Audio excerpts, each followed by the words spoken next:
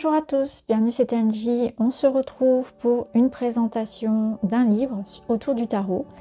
Rendez-vous avec les arcanes du tarot, méthode, exercice, introspection. C'est un ouvrage de Loa Strega, 78 récits, 78 tirages, livre d'exercice pour découvrir, s'emparer et mémoriser toutes les cartes du tarot, et c'est aux éditions Bussière.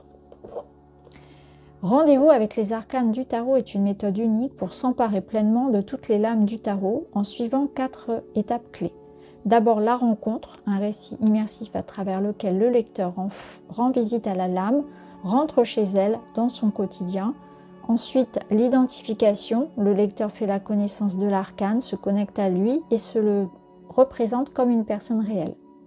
Puis l'introspection à partir d'un protocole de tirage spécifique qui va permettre au lecteur de travailler sur la connaissance de soi, sur ses zones d'ombre, ses potentiels, ses objectifs. Et enfin, le journaling, étape fondamentale de l'apprentissage qui va faire le lien entre la carte de tarot et son propre développement personnel. Véritable guide pour le débutant en tarot souhaitant découvrir cet outil, mais également parfait compagnon pour le tarophile plus expérimenté qui souhaite faire évoluer son regard sur les arcanes. Loa Strega, de son vrai nom Cécile Di Quincio, est à la fois journaliste et tarologue. Diplômée d'un master de recherche en littérature et d'une école de journalisme, elle exerce son métier depuis plus de 10 ans dans un magazine.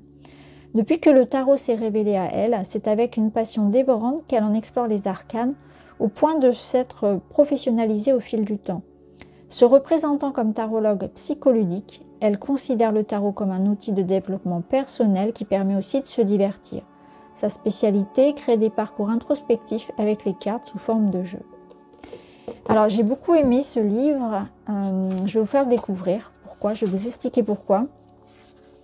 Donc qu'on soit débutant ou au contraire, qu'on ait déjà une expérience, une connaissance du tarot, il est assez intéressant. Il complète d'autres livres parce qu'il va apporter d'autres choses.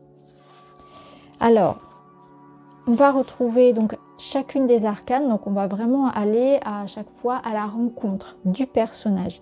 Donc par exemple ici, si je prends le fou, on va avoir vraiment l'idée d'aller le rencontrer, tel que.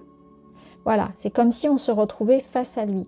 On va retrouver ici donc ses points forts, ses points faibles dans sa personnalité. Par exemple, pour le fou, vous avez libre, indépendant, audacieux, curieux, optimiste, enthousiaste, imaginatif, confiant, le goût du risque, entreprenant, explorateur, n'a pas peur de se lancer, de partir vers l'inconnu, de prendre un nouveau départ, courageux.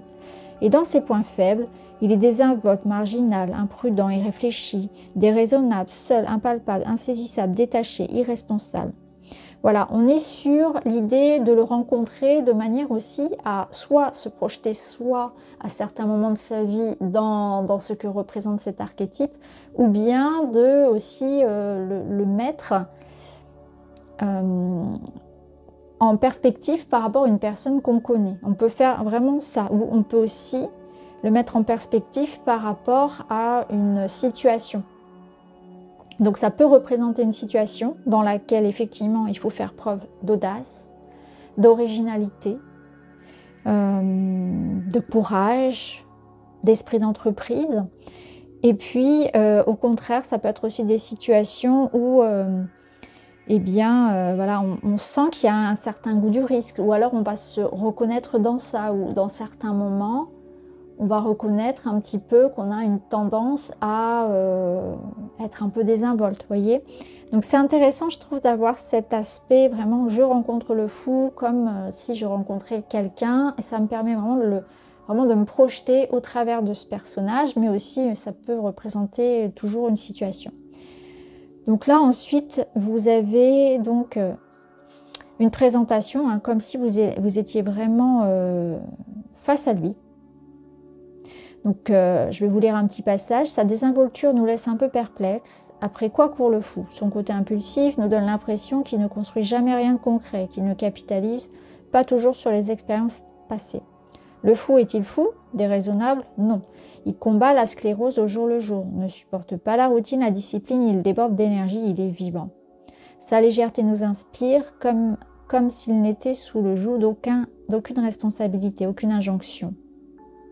Ensuite, vous avez donc j'associe le fou à, donc ça peut être à une personne, à une situation, à vous-même, dans une expérience de vie. C'est vraiment là, vous êtes libre de noter ce qui vous vient à l'esprit. Et ensuite, donc pour chacune des lames, vous allez avoir un tirage. Donc là, ça va être le tirage de l'aventure. Et vous avez 5 questions. Quelle nouvelle aventure se présente? Quels sont les risques? Si je me lance, quels sont les bénéfices? Comment saisir ce brin de folie qui pourrait tout déclencher? La recommandation du fou. Donc en fait, avec chaque lame, vous allez eh bien, vous découvrir, avoir des conseils, avoir une guidance. Je trouve ça bien parce que vraiment, vous avez du coup 78 tirages. 78 aspects, personnalités, archétypes pour chaque énergie ou vraiment rencontre avec le tarot, avec chaque lame. Et en plus, vous avez à chaque fois donc le tirage. Donc je vais vous montrer un autre exemple. Donc on a tout ça pour les lames majeures, mais bien sûr, vous allez le retrouver pour les mineures aussi. Donc par exemple, le 10 de coupe, pareil. Donc si je vous lis son caractère, ses caractéristiques, ses points forts, rassurant, intime, apporte du confort, de l'amour, etc. Retour aux sources. Dans ses points faibles, étouffant, écrasant, trop grande proximité, trop chargé émotionnellement, génère les pressions sociales, génère des injonctions. Donc vous allez ensuite l'associer donc à une part de vous, à une personne ou bien une situation que vous avez vécue.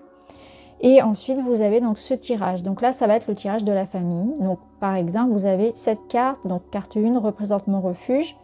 Carte 2 représente une personne avec qui je peux être parfaitement moi-même. Carte 3 comment rendre mon foyer plus accueillant.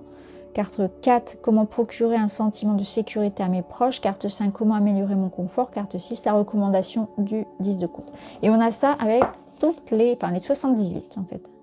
À chaque fois, vous avez donc un tirage qui est vraiment associé. Par exemple, 4 d'épée, tirage du repos du mental. 7 d'épée, tirage de la trahison. Avec toujours, voilà, c'est cette rencontre avec l'énergie de la carte, comme si elle venait à vous pour vous faire expérimenter une part de vous, hein, vous mettre en réflexion, vous inviter à l'introspection et au regard en miroir de la carte. Donc je trouve qu'il est vraiment très intéressant parce qu'il propose quelque chose que, voilà, qui sort un petit peu de ce qu'on peut voir habituellement dans les livres sur le tarot. À la fin, vous avez de la place pour des notes, si vous souhaitez ajouter vos notes. Très complet, très intéressant et avec sa touche de plus par rapport à ce qu'on peut lire habituellement.